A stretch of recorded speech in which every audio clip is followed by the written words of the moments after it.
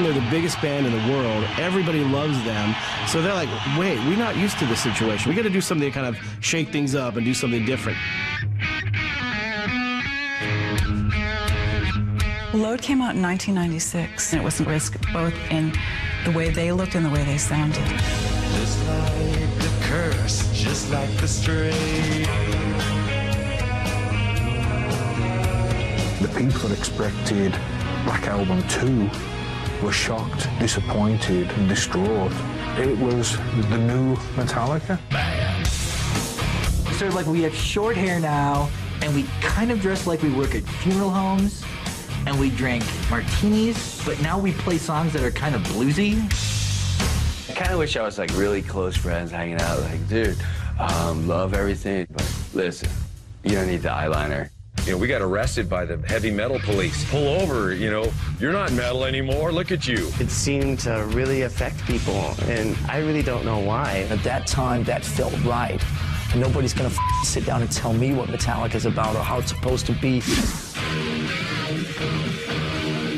We were in the studio working on a track for Mission Impossible 2, and all of a sudden we found out that it was available on Napster. We got online and checked it out and started to see the volume of songs that were being traded and started to realize that this is something that's beyond our control. We controlled Metallica. So it was these let's go after them.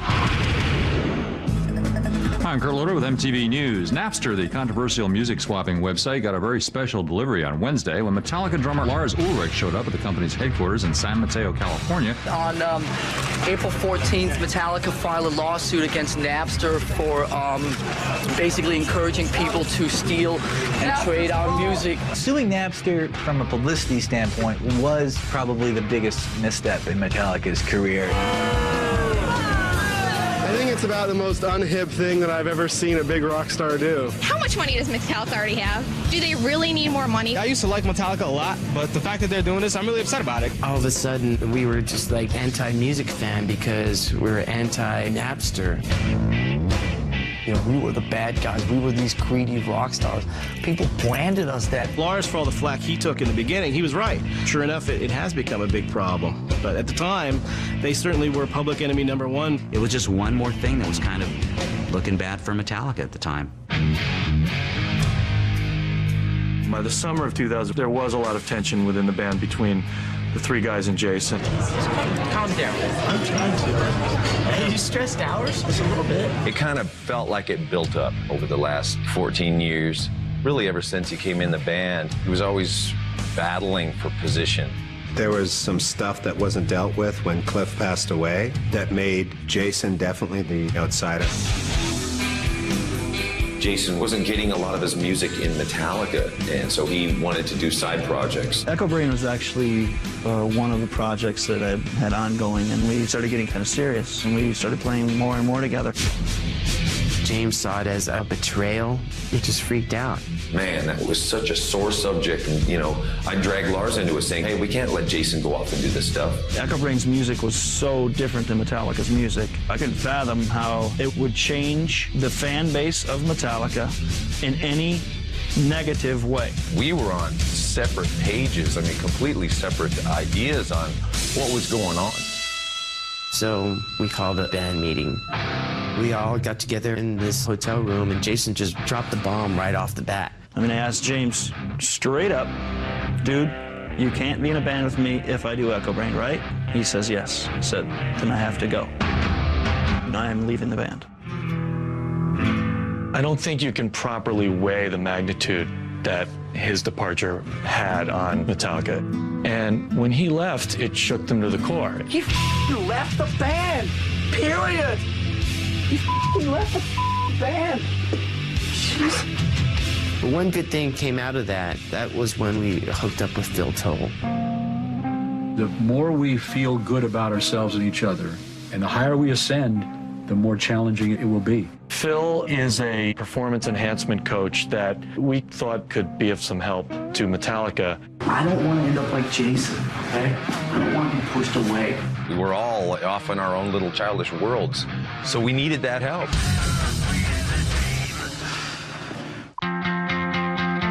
We're here, and the camera's here, and my friend the Boom is here. You want me to play the music? Yeah. The band was going into the studio for the first time in 5 years, and Bruce Sinofsky and I were hired by the record company to do maybe 5 minutes of promo footage. And as soon as we arrived, the hit the fan, and they're having therapy. To me, it's not going to be a matter of whether the cameras are in play, but whether or not you guys are free enough to risk being seen by other people. Metallica to keep the cameras rolling, and whatever it becomes, it becomes. You're just sitting here being a complete. I was straight up with you, and I told you I'm in a mood, and what have you been doing? Picking at me all night. Well, these guys had all this buried tension that they hadn't talked about for 20 years, and they just started boiling over. All we want to do is pick a fight, and I don't want to pick a fight. Come on, guys. We got better things to do. Yeah, I do. I do.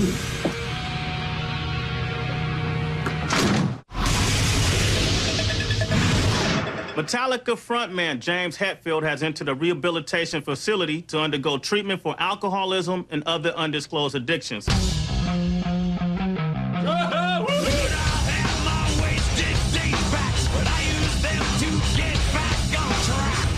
My behavior on the road showed up at home, and my wife put an end to it. She said, "You're not a good influence on our children, and you're certainly not the person I'd like to be around." And she threw me out of the house. There was no other choice than to check in somewhere. When James told me that he was going off to rehab, the first thing I thought was, well, I'm not surprised. I mean, it was only a matter of time before any one of us checked into rehab. James went away in June of 2001 and said that I'll be back in 5 weeks. Which turned into 8 more weeks, which turned into a few more months, which, you know, turned into a few more months. It was a bit of a sandwich. What is it? The unraveling of a band? And then there were 2. I was just left wondering, you know, what's going on? Do we even have a band? I'm prepared for the worst. Coming up, Metallica faces extinction. I didn't even know if I was going to be in the band anymore. We started thinking, well, is he ever going to, like, figure it out? Next on When Metallica Ruled the World.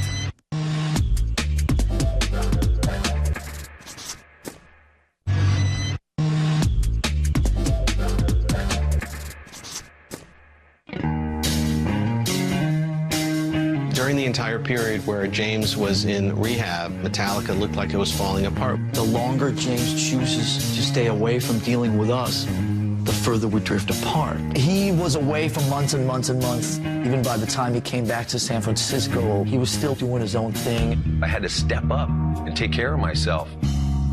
My life was filled with other things, connecting with family again, trying to save my marriage, seeing my kids. I didn't even know if I was going to be in the band anymore. We started thinking, well, is he ever going to, like, figure it out?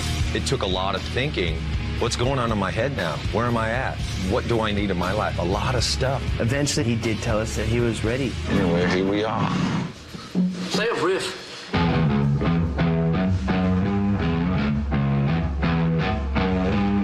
Probably the best sound I've ever heard in my life was the fact that you were playing guitar in here.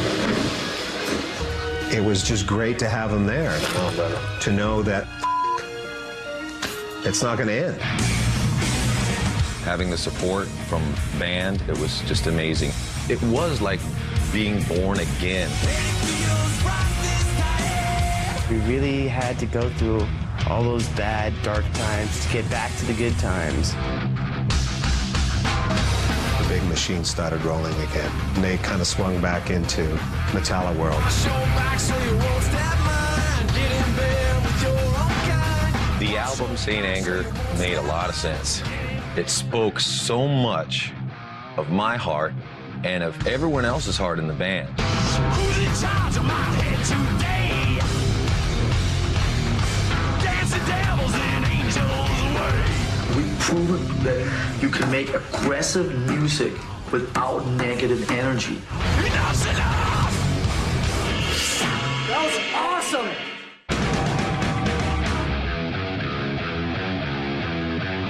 Towards the end of the St. Anger cycle, we realized, okay, now we have to get a bass player because now we have to take this elsewhere. So we started auditioning. I thought that it would be really, really great if I at least got an opportunity to jam with the guys.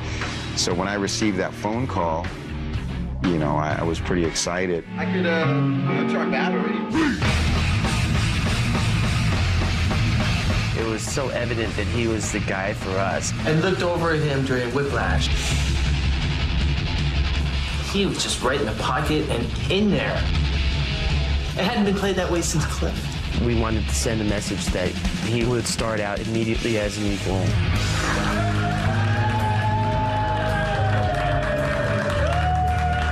To show you how serious we are about this, offer you $1 million to join our band right now. I can't really talk right now. I was pretty much in shock. For a second, I thought they were joking. It was them saying, we're going to do this different. We're going to do this right. We're not going to make the same mistakes that we've made with Jason. To walk into that environment and to have it be sort of a clean slate was amazing. The one thing about Metallica over the years is they've never been afraid to do something different and take chances. And I think with Some Kind of Monster, they took a big chance. It started out as a 5-minute promo film, and it just transformed into something really raw, real, and honest. When I was running this morning, thinking about seeing this today, the word comes up so much. That's so The hugest chapter in my life. It was just like everything else Metallica's done in their career. It's a ballsy move. They don't let the outside world sway them. They do what they want to do, and they always find a way to get back on top.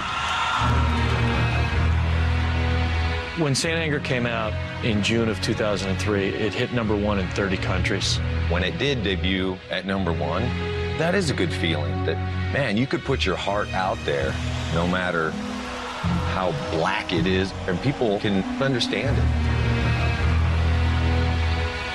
It felt like all the blood, sweat, and tears that we shed for this band to try to turn it back into a functional, creative entity actually paid off.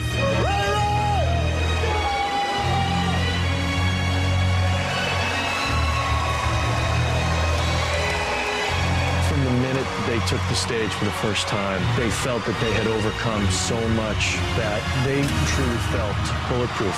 Metallica is in a real good mood tonight. Metallica is in better shape than it's ever been before. And when you've been doing something like this for 23 years, that's a pretty big statement. It seemed for a long time like we would never really make it to this point. All right. But we're still here and we're still kicking ass.